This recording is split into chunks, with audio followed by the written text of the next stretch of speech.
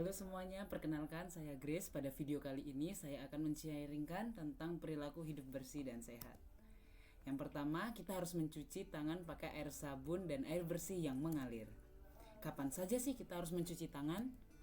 Ya, sebelum dan sesudah makan. Kenapa? Karena pada makanan banyak sekali bakteri-bakteri atau kuman yang kita tidak pernah lihat, seperti pada sumpit, pada kaleng makanan, pada bungkus makanan atau sendok dan garpu. Lalu kita bisa mencuci tangan setelah melakukan kegiatan seperti mungkin kita habis bersepeda, memegang sapu, pel, habis memegang uang, bahkan ketika kita habis memegang hewan peliharaan. Lalu kita mencuci tangan sesudah buang air besar dan buang air kecil, karena kuman-kuman sangat mudah menempel pada kuku-kuku di kedua telapak tangan kita. Nah, apakah teman-teman sudah tahu cara cuci tangan pakai sabun yang benar? Yang pertama, kita harus membasahi tangan dengan air terlebih dahulu dengan air mengalir. Yang kedua, gosok kedua telapak tangan dengan saling menggosok ya, seperti ini.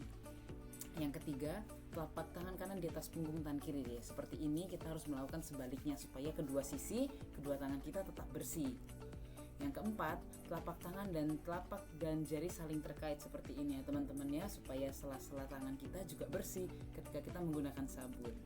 Yang kelima, letakkan punggung jari pada telapak satunya. Kita bisa mencuci seperti ini supaya bersih di semua sela-selanya bagian tangan kita. Yang keenam, jempol kanan digosok memutar ya seperti ini teman-teman, supaya setiap sisi dari tangan kita itu juga bersih. Yang kedelapan, pergelangan tangan seperti ini. Nah, jangan lupa untuk mencuci tangan menggunakan air bersih yang mengalir ya, supaya tangan kita ini tetap higienis. Jangan tergesa-gesa ketika saat kita mencuci tangan.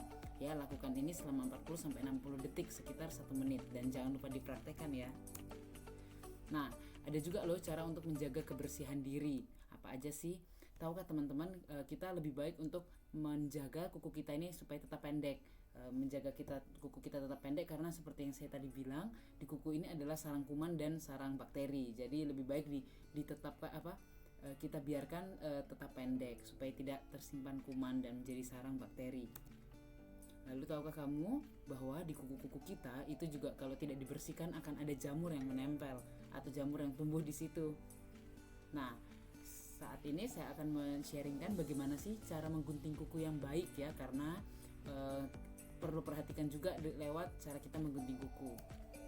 Yaitu yang pertama, yang pastikan alat penggunting kuku dalam keadaan bersih. Jangan menggunakan gunting kuku yang kotor, karena ini adalah sarang kuman. Jadi lebih baik kita membersihkannya juga menggunakan alat yang higienis. Lalu potonglah kuku setelah mandi. Kenapa? Kuku menjadi lembut dan mudah digunting setelah mandi. Lalu yang pasti gunakan gunting kuku, jangan gunakan gunting kertas atau gunting rambut ya. Kita selalu memastikan untuk menggunakan gunting kuku untuk menggunting kuku-kuku kita. Atau apalagi jangan digigiti ya, karena di situ sarang kuman kotoran ya, jangan nanti malah masuk mulut. Lalu kita jangan lupa juga untuk merapikan tepi kuku dengan kikir kuku ya. Kita bisa membersihkan itu supaya apa? Supaya kuku kita ini tetap lembut ya, halus ya, tidak kasar. Nah, jangan lupa untuk juga mencuci alat penggunting kuku, keringkan dan disimpan di tempat yang bersih supaya ketika kita pakai itu ready ya, sudah bersih dan bisa menjaga kehigienisan tangan kita, kedua kuku kita, ke-10 jari kuku kita. Nah, menjaga kesehatan gigi juga merupakan upaya kita hidup sehat loh teman-teman. Nah, tahukah kita gigi pertama itu tumbuh pada usia 6 tahun. Yang di depan ini adalah gigi seri dan yang di belakang ini adalah gigi Graham. Jadi biasanya pada anak-anak itu akan tumbuh dulu gigi seri dan gigi Graham yang ada di dalam ini ya. Nah, gigi susu ini untuk apa sih? Gigi susu ini untuk menuntun tumbuhnya gigi tetap.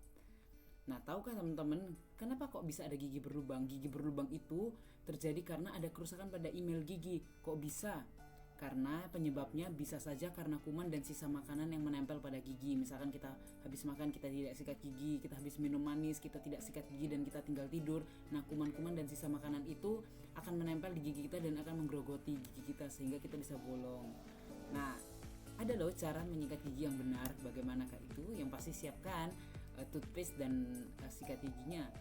Lalu sebelum menggosok gigi kita juga perlu kumur dengan air bersih. Lalu sikat gigi semua secara berurutan seperti di gambar ini ya, dari depan, dari samping, dari dalam, belakang. Jangan lupa permukaan dalam gigi yang menghadap langit-langit dan lidah. Lalu kumur juga dengan air bersih. Kalau bisa jangan simpan sikat gigi bercampur dengan orang lain ya.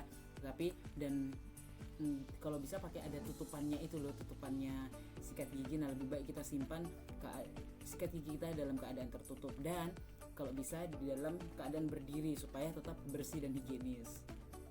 Nah, sikatlah gigi dengan teratur dan benar minimal 2 kali sehari. Minimal ini adalah angka terkecil, jadi jangan sampai sehari sekali atau 2 hari sekali ya.